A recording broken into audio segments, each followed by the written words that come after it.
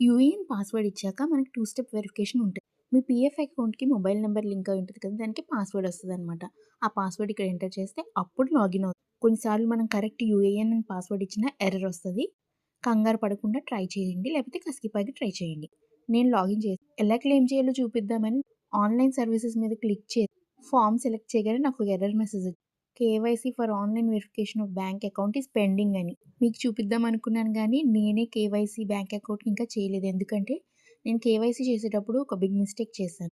Bank IFSC code తప్పిచ్చాను. So, అందుకని అది ఎప్పుడు చేసినా రిజెక్ట్ అయింది. ఈసారి కరెక్ట్‌గానే సబ్మిట్ చేశాను. ఇది చేయాలంటే ముందు మనం కేవైసీలోకెళ్ళి అక్కడ ఇక్కడ చూస్తున్నట్టు బ్యాంక్, పాన్, ఆధార్, కేవైసీ చేయాలి. నేనైతే ఆధార్, పాన్ చేసేసాను. బ్యాంక్ అకౌంట్ తప్పుంది కాబట్టి, ఇప్పుడు మళ్ళీ కొత్త ఐఎఫ్ఎస్‌సి కోడ్ ఇచ్చి సబ్మిట్ చేశాను.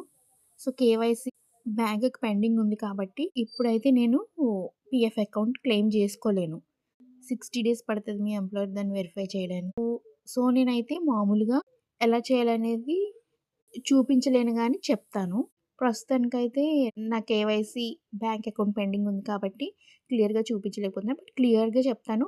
మీకేమైనా డౌట్స్ ఉంటే నా ఇన్‌స్టాగ్రామ్‌లో గూడా మెసేజ్ చేయొచ్చు. అంతకుముందు వీడియో చూడకపోతే వెళ్లి చూసేయండి. Thank you for watching. By.